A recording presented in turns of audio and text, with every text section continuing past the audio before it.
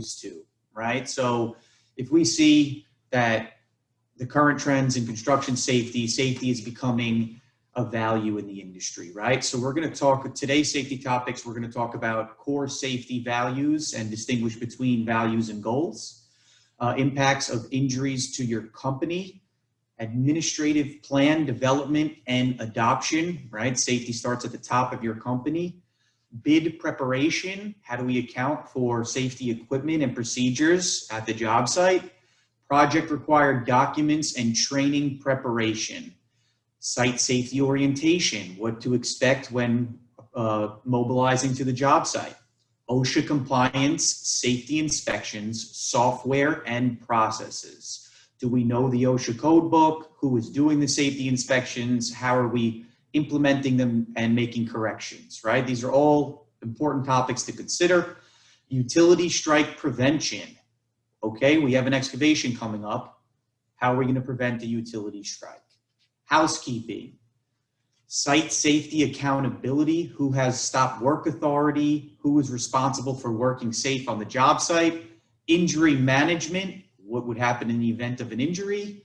And finally, in this pandemic, in the midst of the pandemic that we're in, COVID-19 on the job site and how we are accountable for one another and in the construction industry for keeping the job site safe in relation to transmission, right? So these are some of the topics that we're going to expound upon coming up in the slides to follow. All right. So what are your company safety values, right? Just a few seconds ago, I had mentioned that values are different than goals, right? So we're going to distinguish between goals and values and show how values, we really need to make safety a value rather than a goal. So questions to consider. Why do we plan and work safely? Family values, going home safely every day, paycheck protection, and others. Others could be your company's reputation in the construction industry in this region. Hey, those guys really do work safe, right? ABC Construction has a great policy and their workers learn and they strive for safety. So these are reasons why we do plan and work safely. Family values, right? We're more than just get up at 4 or 5 in the morning, 6 in the morning, go to work, start at 7, get home 5, 6 in the afternoon, right? We have people who rely on us. We have people who depend on us, loved ones, people in our communities, neighbors. Of course, we have bills to pay, but we have relationships to uphold, right? So we want to make sure that we value safety, right? Because we're in a dangerous line of work here. And as we value safety, we also value, of course, our lives, but then the lives of the workers next to us, and we have a direct impact on our community and a responsibility to each other. And as I said earlier, company safety culture begins at the top, right? So we have to understand top down, president, CEO, whoever, whatever the hierarchy is at your company, that this safety culture, driving a zero injury focus, begins at the top.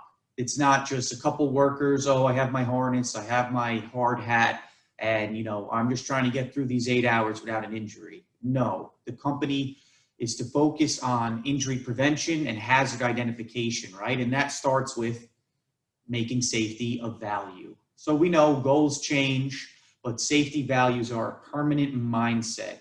Are you and your company invested? Great question to ask your leaders at your company, upper management. And we know that if you value being home for dinner every night, you and your spouse, that is something you're going to make happen 100% of the time, unless, of course, an emergency. If your goal is to get home, 100 things could happen throughout the day. And now, all right, well, I'll get home a little bit later. No, but if you value that time with your spouse at the dinner table or whatever it is the two of you value, you will make it to dinner on time, right? So that's the approach we want with safety. We want to value safety, drive a culture, and that starts at the top. So are you and your company invested? Here we go. Why do we work safe, right? So this, of course, again, is appealing on the emotional aspect of the work we do. We see that we have friends, family, children, our parents or our elders, right? All these people rely on us to come home the same way we left the house in the morning, right? We have an impact directly in our community. We have an impact in our family, in our relationships, and we cannot take safety for granted on the job site, of course, because as you can see from this photo, all people of different ages really do rely on us to come home safe. So we cannot stress the value aspect and the family drive that should be placed behind your company. Right, so here we have safety pre-qualification. So I'm going to pass the microphone over to Chris as he will elaborate here on safety pre-qualification. Yeah, so something that most professional, large general contractors, construction managers are doing is we're being more selective in who we work with. It's just not a matter of being the low bidder. We want to work with construction professionals, and we want to work with people that have similar values as we do. And we obviously look to pre-qualify our bidders, and things that we look at in regards to safety in particular is we look at companies' TRIR, which is total recordable incident rate, and their EMR rating, which anyone who's running a business is familiar with that. That's the modification factor for your insurance. And we basically utilize a vetting process to analyze the safety culture and the safety history of our subcontractors. And without a doubt, we are not afraid to disqualify someone from bidding on our work if they don't have a history of working safely. There's just far too many subcontractors out there that you can choose to do work with. And, I kind of equate it to, if I'm going to do work around my house, I'm going to go hire the person I think that's actually going to do a good job at my house, right? So on our commercial construction jobs, it's the same thing. If we're going to hire 4 masons or allow 4 masons to bid on our projects, then we want the 4 best masons to bid on those projects. And we don't want the masons, if they're have a history of a poor safety record, a lot of accidents, a lot of near misses. We want to raise the bar on our projects and have individuals on the projects that also value a zero injury culture. So and I guarantee you that this occurs with all the other large general contractors and construction managers in the region as well. And of course, safety is just one of the things we look at during pre-qualification, but it is one of the most important things that we look at during pre-qualification. Thank you, Chris. All right, company safety planning. As you can see, we have these 2 men walking the beams. If we know in our bid that we are involved in steel erection or welding, in this case, it might be important to consider some means and methods for fall protection, right? So this is how we want to plan. We look at the scope of work, and now we adjust our safety procedures and make sure that we're up to the OSHA standard, up to the construction management firm or general contractor company's standards. We don't just mobilize these men here at this dangerous height without any consideration for fall protection. So where does it stop? We keep saying, where does it start? Safety starts at the top, right? So the administrative branch of your company. So we see here, shortcuts in safety planning and on the job are gambles not worth taking. I'm sure anybody who's been in this industry for quite some time or even just a few weeks, there's stories about people, oh, I should have checked that, or oh, I didn't do that, right? When it comes to safety, taking safety for granted, making a shortcut. Oh, it's about to be lunchtime. Let me just leave this block sitting here rather than taking it down to the ground. And now that block falls from the scaffold and hits the concrete, hopefully not a person or a pedestrian walking by, right? So shortcuts in safety planning and on the job are gambles not worth taking. This is essentially the tagline for a zero injury focus, a culture that is being developed. So top down, from the installer, the one doing the work, to the one planning and bidding the work, conversations about safety need to occur, right? So we have develop a comprehensive company safety manual, which would be written policy and procedures regarding safety, and employees must understand and implement that policy.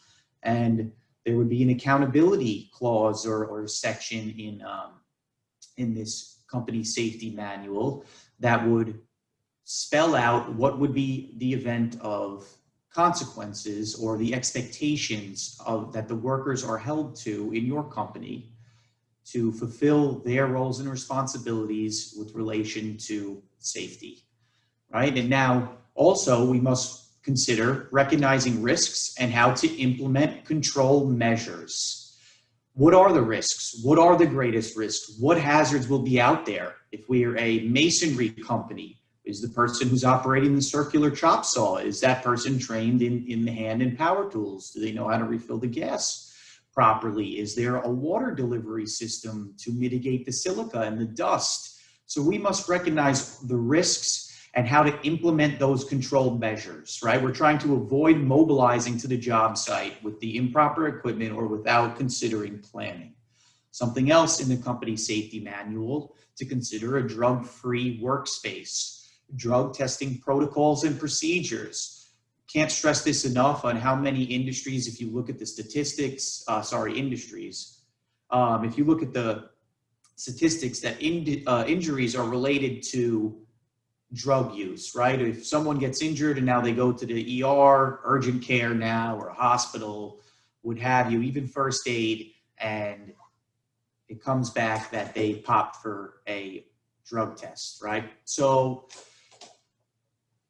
listen, you can come from personal experience here. You wouldn't want somebody operating a piece of equipment or operating a tool next to you or working from the same lift or platform or on the ladder next to you high, right? So we understand now that a drug-free workspace policy really comes off clearly to the general contractor and construction management firm that this company is taking a procedure here to eliminate hazards and injuries from the drug testing perspective, right? Additionally, safety training coordination. In the manual, what are the criteria for your competent people? Who are the competent people for your company? What training will they have, and where are they going for the training, right? So if you're, again, a masonry company, most likely a lot of your work is going to be from scaffolding. So does your competent person, generally the foreman on each job site, do they have a OSHA 30? Do they have a scaffold erector certificate training from, let's say, Sunbelt or United, where scaffolds are generally rented from? These, and whoever will be working on it, these individuals must have a 4-hour scaffold user card. Where are we going to train? Are we going to have Sunbelt come to the job site? Are we going to have Sunbelt come to our office? Where and what and who are we training? All great considerations from the administrative perspective. And here we go again with administrative. Have you analyzed bid review documents in your bid? What safety items will you need to fund as components for your scope of work? So again, I keep talking about pre-mobilization. Before you send your crew, your team, to the job site, well before you even send your team to the job site, in your bid at this to the general contractor to win that work, to win that project, have you allocated monetary funds to the necessary equipment, tools? This is something that tends to be neglected, is that there's not money allocated to ensure that safety means and methods and procedures and protocols are being followed on the job site. If OSHA says, right, in a scaffold, a Baker scaffold, 6 feet, you need guardrails, right? But in Messer's policy, we have 4 feet, you would need a full guardrail system. So did you bid for extra guardrails or gates, swing gates to get onto the scaffold, et cetera, right? So this is all stuff we need to consider. before we send our crews to the job, and also in the financial planning aspect. What is it we're bidding for, and do we have we considered the type of work and the tools and equipment needed? So let's just go through a few examples of that. I use the guardrails on a scaffolding system, silica control measures. Are we cutting masonry block? Are we cutting drywall, sheetrock? Are we drilling into concrete, or is it all metal decking above us? Do we have a vacuum attachment? Is there a water delivery system attachment, right? This is where the industry is going. That drills, hammer drills, chop saws, stationary saws, these pieces of tools, power tools will have vacuum attachments or a water delivery system compatibility. So therefore we are eliminating the potential for silica, which is the dust, so we can mitigate dust exposure to those on our job site, and of course us ourselves. PPE, have we accounted for that our crew might damage or lose some safety glasses? Does the company have 100% glove policy like Messer does? Fall protection equipment, are we accounting for our fall distance calculation? Do we have yo-yos, lanyards, retractables, right? Respiratory protection, get the men who wear respirators fit tested, medically fit tested. Probably can't have a beard like me if you wear a respirator, but that is also something to consider. Signage, probably can get expensive after time, right? Laminate them, et cetera, et cetera. Ladders, lift, platform ladders, extension ladders, what type? Training, certifications, what work are we gonna be doing? What are the requirements? Site-specific safety plan. We call that here at Messer an SSSP, developed and submitted specifically for your scope of work. Notice here in this red footnote, every job site is different. There is no generic site-specific safety plan. There is no generic safety plan. You may have a generic manual, a safety manual, but we must distinguish between our terms. So a site-specific safety plan, you would know the footprint of the building, steel erection. Is it wood frame? Is it sheet metal framing? The roof is going to be sheet or tin, right? We need to know the materials being used, what our scope of work is, and what is going on around us to make sure that when the general contractor requests a site-specific safety plan, that OSHA codes and the general contractor's codes are being met by our company, and we're expected to meet those expectations, right? So again, developed and submitted specifically for your scope of work. Required PPE, can't stress enough, Messer, 100% glove policy, big for gloves. Fall protection plans, where are we going to be working? How, at what height? Can we use lifts? Is this area level? Can we get a ladder down on it? What type of ladder? How are we going to tie off? Do we need to weld an eye hook?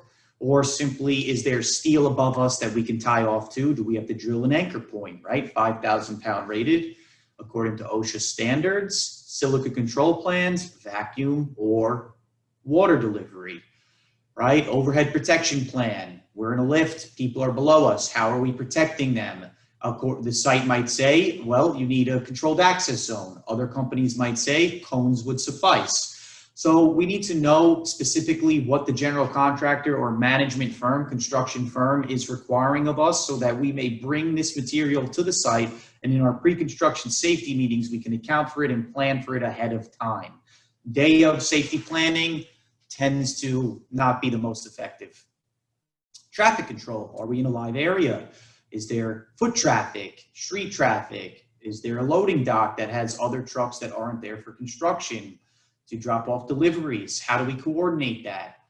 Public protection, demo plans. Don't just go in and start destroying things, right? We have a plan. How are we going to clear the debris? What equipment are we using? Who's certified for that equipment?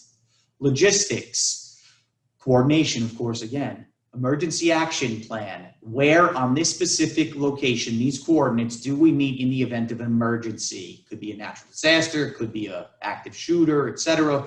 Where is the muster point? Where are we congregating in the event of an emergency? Any others? Plenty of others. This is not an exhaustive list. And again, every job site is different. Potential training requirements, right? This is not an exhaustive list, but these are just some of the current trends in the construction industry. Of course, the focus of our PowerPoint today. OSHA 10, some GCs, general contractors, construction management firms will require OSHA 10 depending on their policies. OSHA 30, generally considered the competent person and foreman requirement in some areas. Mobile elevated work platform, aerial lifts, 4-hour user, new OSHA rule, 4-hour user for the operator, anyone who works on this. Highly recommend contacting Sunbelt, United, Safeway is another one, right, who rent out equipment so we may have our workers certified to use it. Confined space. Is there any confined spaces? Not anybody can just go down there. You need to be trained, and the gases need to be tested for atmospheric, the testing of levels, oxygen, et cetera, et cetera. We don't just jump into a space and get the work done because our boss is telling us to. We have to take care of ourselves, and no task is more important than the safety of our workers on the site, right? That's the value, that's the mindset. Scaffolding erection, special certification for that. Fall protection. Do the men know how to use a harness, a yo-yo, a lanyard, men or women? Do they know how to use fall protection? What is it? Did they do the fall distance calculation? How high are they up? What equipment are they using? How far down is the ground? If they fall, will the yo-yo retract in proper time, right? So some mathematics to consider. Competent person. Who's the competent person? Make sure the general contractor is aware. First aid, CPR. That is of critical importance. Of course, first aid and CPR saves a lot of lives. If you look at the statistics, if CPR is done within the first minute or so of the person having the condition then and there, they tend to be able to make it to the hospital, right? So that's critical. Some companies will require at least one person to be so. So this is just something that we're looking at the current trends in construction industry to be aware of. Asbestos, we know it's deadly. Lead awareness, deadly. So this is something to consider, get your men trained for. If you do demo work or abatement work, crane operator, rigging. Rigging is huge. It's taking a turn for more qualifications, identifications by hard hat stickers or vests, right? Not anybody could just throw something up on a crane and hoist it up. We want to make sure we're getting our guys trained so when we get to the job, if we do have to rig or crane pick something, that we have the right crews there. And of course, specialized and motorized equipment, forklift, who's operating it, are they trained? Let's consider these things before we get to the job site. All right, Tyler and Chris, why is there a picture of a fence with signage on it? Good question, right? We see here, this looks fine. No parking, smoke-free property, no dangerous weapons, can go through all of them, PPE sign. But really the focus of this is what is wrong or what might not be adequate with this signage. We need to know our audience. We need to know our workforce. We know that we work here in Charlotte, North Carolina, and there is an extremely diverse community, right? So maybe we consider some bilingual signage because we need to make sure that everyone is accountable and everybody is aware of the policies on the job site. So some bilingual signage would be a critique to this photo featured here. Site safety, orientation, general contractor, constructions management firm, environmental health and safety program. What does the general contractor require? What type of ladders, what type of PPE, etc. Site specific. What about this job site is different than all the other ones? Of course, we know the dynamics, the landscape, the size, the shape, what road it's attached to. Are we at a school? Now, is there different stricter safety rules at a school versus just a regular residential project? So these are things to expect when you get onto a site for your safety orientation. Emergency action plan. You should know where to go in the event of an emergency. Safety certifications, we just talked about them in the previous slide, but also where you would present them is at orientation. Employee safety accountability. How many workers are on site? OSHA requires a sign-in sheet every day so we know who's on the site. Can't tell you how important that is to know who's on the site, especially with COVID now and tracing and what have you. This is extremely important to consider. Drill participation. Have we practiced a fire drill, emergency plan, et cetera, et cetera? Has there been a practice? Where do we meet? Stop work authority. Who is responsible to stop work? At Messer, everyone on the project is capable of identifying a hazard and stopping work. There will not be repercussions if someone sees an unsafe act and tells that gentleman to stop work. Highly recommend implementing that for your company, of course. So if someone is more trained than the other, or somebody says, hey, this is unsafe, let's stop this, now we cut the head off before there was an issue, right? So responsibility for safety. All of us are individually responsible, and now we can hold our partner or company accountable as we now have that stop work authority. Something that we do at Messer and other big general contractors are doing, or construction management firms like Turner, et cetera. Huddle meetings, right? A stretch and flex in the morning to help mitigate strains. We also would identify high-risk work. These are critical for coordinating in a huddle, right, with all the workers or just a foreman, however you see fit, on the job site to say, hey, I'm doing demo, I'm gonna have debris falling in this area, in the southeast corner. So how about you guys, if you can, wait to start for 30 minutes, I'll be done. Is there somewhere else you can work? I have to get, coordinate that kind of stuff. Work areas, like I just said, southeast corner, first floor, second floor, northeast corner, right? Coordinate where you're working so there is not a stacking of trades, especially now with the COVID, social distancing measures, and also with debris overhead protection. Job safety analysis, JSA development, some might call it a PTP, pre-task plan. Essentially, that's the foreman and the crews getting together. What task that we're doing today? What is the hazard involved with that task? What is the control we're going to implement? And then what equipment and tools do we need to do this task, and then also implement the controls? Daily, this is a requirement here at Messer, and we can't stress enough how the quality, if it's great, generally, there's less injuries with those submitting great JSAs versus if the JSA is slacking in quality, it kind of gives you that impression that the workers or the foremen are not really spearheading safety and are not being responsible for their workers, right? Delivery schedule, coordinate that with the people on the job site so we don't stack trucks on the road. Permit processes, hot work. Hot work can't just light up a torch randomly on the job. You need to let the contractor know, are there flammables in the area? Do we have blankets, something to bid for? Fire blankets to protect any flammable materials in the area, and so sparks or flames do not catch onto flammable materials.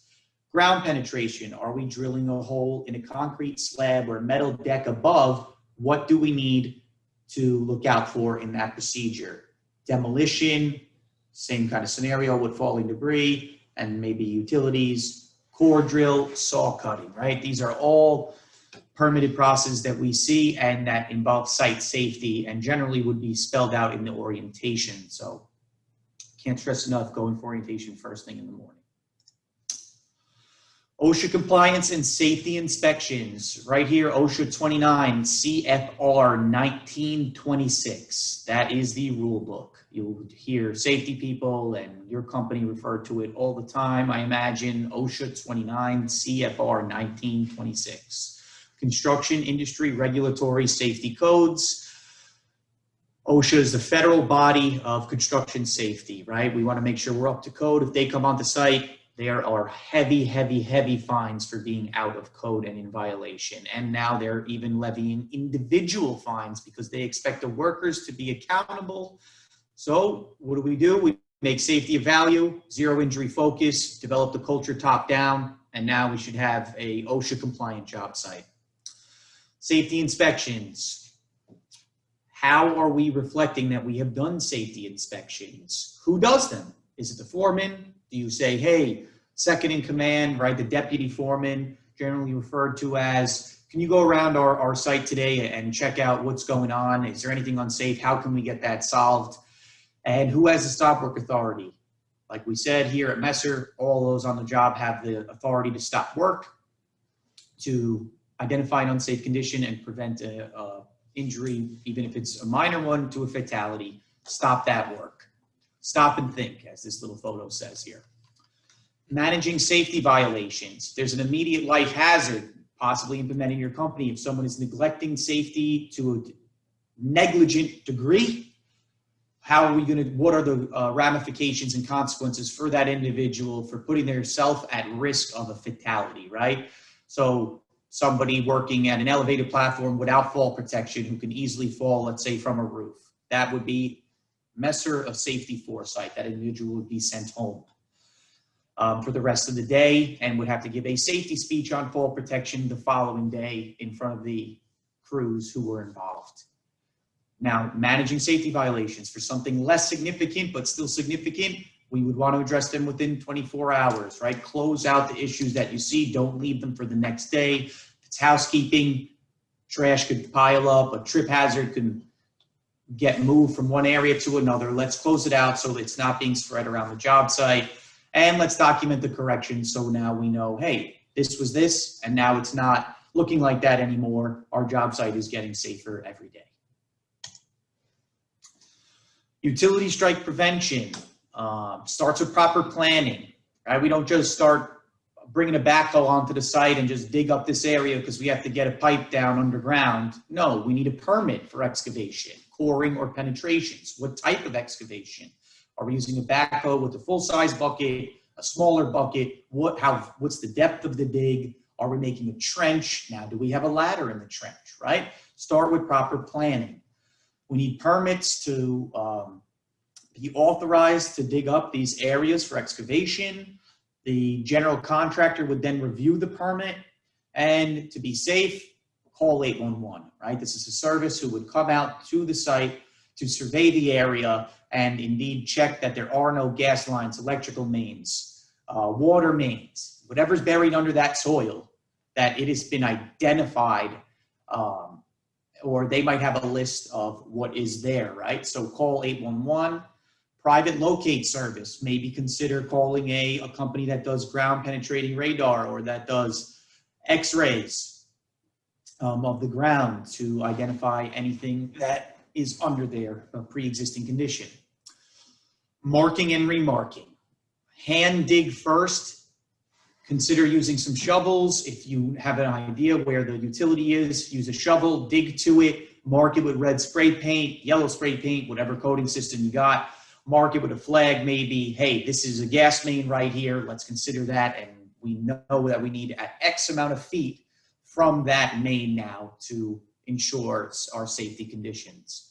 As-built drawings. If in 2009, there was a renovation to the job site and a utility was moved, but now I'm looking at prints from 2019 and that update was not reflected on the 2019 plans, I may hit a utility because on the plans in 2009, it showed the utility as being there, but in 2019, it showed it removed, right? So always dial back and check the as-built drawings to see what the existing conditions are of the area that you're working in. Housekeeping measures, effective cleaning, significantly reduces slips, trips, and falls and injuries.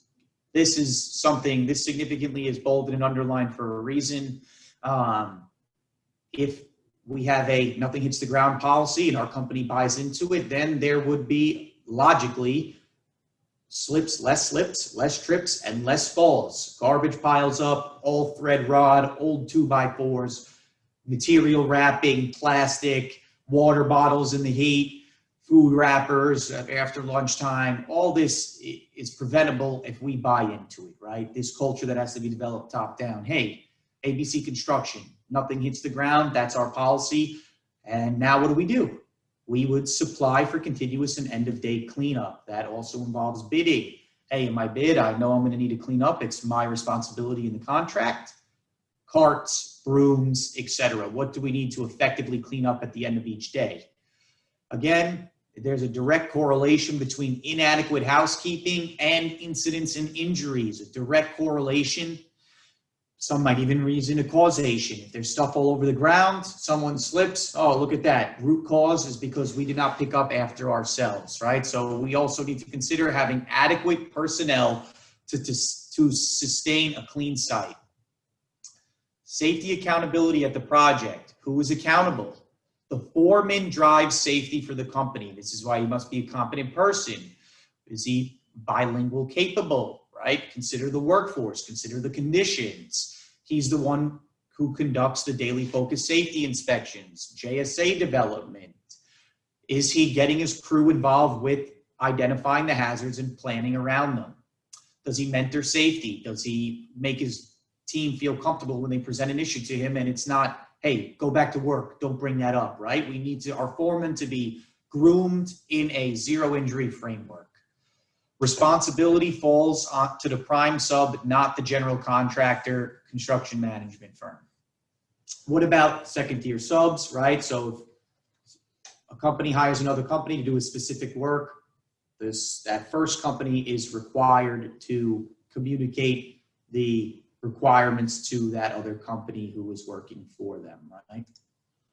Injury management, make sure your workers know who to call in the event of an injury, who to report to, must understand the general contractor's injury procedures. Injury notification must be immediate. In the event of a 911 emergency, critical injury, call 911. Always notify site management. Safety management. Does the safety guy know so he could start writing the report, or safety lady? Post-accident, was there stitches, surgery, or prescription drugs, right? That would qualify as a reportable case according to OSHA's 1904 standard, also reflected in the 1926 book. So let's understand the injury management process. We're wrapping up here soon. Here we go. What to avoid, little comic relief. Of course, nothing about this here is funny. I'll highlight here, this gentleman has a cigarette in his mouth, and we see this sign. Sign is great. Barrier is great, but that is a fatality waiting to happen, right? So this is what to avoid. Common sense is not so common. We all know that from our daily life, our daily walks. So please, if anything like this, right, no smoking campus, no smoking policy on the job site, let's just make sure that someone doesn't have a brain fart, as we'd say. Obviously, this is a ridiculous setup, but don't put it by anybody if they're looking to get paid and the work needs to be done. This is obviously completely inappropriate over here. So let's not, these are not common practices, but you'd be surprised what you see out there. All right, COVID-19, last couple slides. Is your company prepared? PPE requirements, hand washing, quarantining, procedures and policies, replacing sick personnel, return to work per CDC guidelines. In this time that we live in, this is something we must consider. Again, administratively, top down. Everyone has been affected work-wise, relationship-wise, economically, right? All of these facets of our lives that we've been affected by this COVID-19 outbreak. So we have to consider if we're prepared. General contractor notification of positive tests. Hey, one of my plumbers had a positive test. Let the general contractor know, based on the log that was signed in the morning, who was in that work area. Hey, does anyone else need a quarantine? Was there a close contact, right? So this is all stuff we need to have on the forefront of our minds. Know the general contractor site requirements. On this last slide that we just saw, there was a barcode posted, QR code, scan every morning, get onto the site. I don't have a fever, I don't have a cough, I haven't traveled anywhere. Boom, send that right in. The GC knows that you are not spreading the virus that day, right? Social distancing on the job. Face covering policies in the event of no social distancing, face coverings required or face coverings required all the time, right? Know the policy. Hand wash stations, adequate and sparse throughout the area of the job site. We know soap, hot water, hand sanitizer, et cetera, et cetera. Make sure those are being available and well maintained for your crew. Tool cleaning, responsibility, of course, on the individuals, and recent updates to the CDC plan. We know this is changing. There's been, oh, it spreads this way, oh, it spreads that way, mask, no mask, distance. We know that this is a dynamic virus and it has taken this world by storm. So let's just know the updates to the CDC's plans, additional symptoms, quarantining, screening processes, right? That's the questionnaire I referred to earlier, guidance on the job site exposure, and again, the questionnaire checklist is this being completed? So now we hold each other accountable for reporting what is true about our health and safety for the project, right? Work safe, work smart. Just a few photos here, right? Bottom right, beautiful material housekeeping, standardized, bundled, not scattered, high visibility, proper footwear. This guy here is spotting the operation, right? High visibility, and we have a controlled access barricade there so no traffic comes through. This is what we want to see out there. Work safe, work smart. We cannot tell you how important that zero injury is to Messer, right? So thank you. Really appreciate the participation. And here's some clickable links to find out more about the CDC, as mentioned, and also about some safety, current trends in safety. So Jason, we're going to turn it back on over to you. That's a lot of information in a very short period of time. So we're ready for any questions. Yes, I have two questions from Stephanie Burwell. The first question is, many small businesses either don't have an EMR or the rating is 1. How does that impact their ability to pre-qualify? Well, a rating of 1 would actually be industry standard. That's kind of the threshold that usually we look for a company that if their rating modifier is above 1, then that's negative. If it's 1 or below, that at least shows that they really have no modification factor against their policy. Obviously, the lower the better. We obviously, for small businesses, we'll work directly with those contractors, subcontractors, to better understand their statistics and help them be able to provide the proper paperwork to us.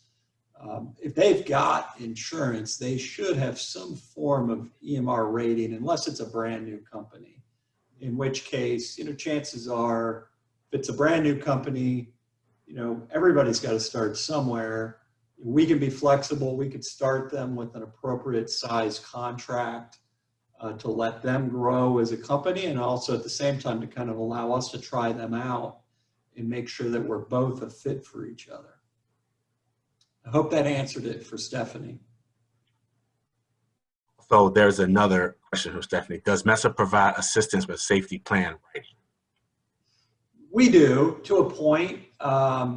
We do realize that not every subcontractor we work with is highly sophisticated. And we've got templates and a lot of resources that we can share with our subcontractors. Individuals like Tyler and Paul Garbin on our end can meet one-on-one with them and literally walk them through and help them understand, for example, the process of putting together a site-specific safety plan. If they're a smaller company, maybe they come from like the residential world, or they come from light commercial, light retail, and they've never really kind of worked in heavy commercial construction. We can work one-on-one with them, definitely. I mean, what we want to look for in a subcontractor is a willingness to work safely. And that is most important. The technical side of their ability to fill out paperwork or to provide us paperwork, we can work with them on that. If they've got a willingness to work safely and to drive safety within their organization and to hold it truly as a value, then we can work through any other kind of issues. One more question just came through. Will there be a copy of the presentation available? Yes. Okay. I think it actually and I hope I pronounce it. Hoover, in the Hoover app. Yeah. There is a copy of the slideshow in there. I think it is a previous version of what we presented on today. And Jason, after the presentation, Tyler can email over to you the final presentation, and you can load it on there. And I believe folks they can download that like to their phone and email it to themselves. Yes. So, and if they have any issues, they can reach out, just call Messer and ask for Chris or Tyler, and we can get you a copy of it. That's not a Okay. problem. Cool. Any other questions, Jason? Nope, that's it. That's all I have. Right now, I'd like to thank everybody for attending this the safety workshop. I want thanks to our sponsor Messer, and I think it was some great information. And look forward to any other questions and anything. So that's all. I would like to say everybody have a good day, and I hope you enjoy.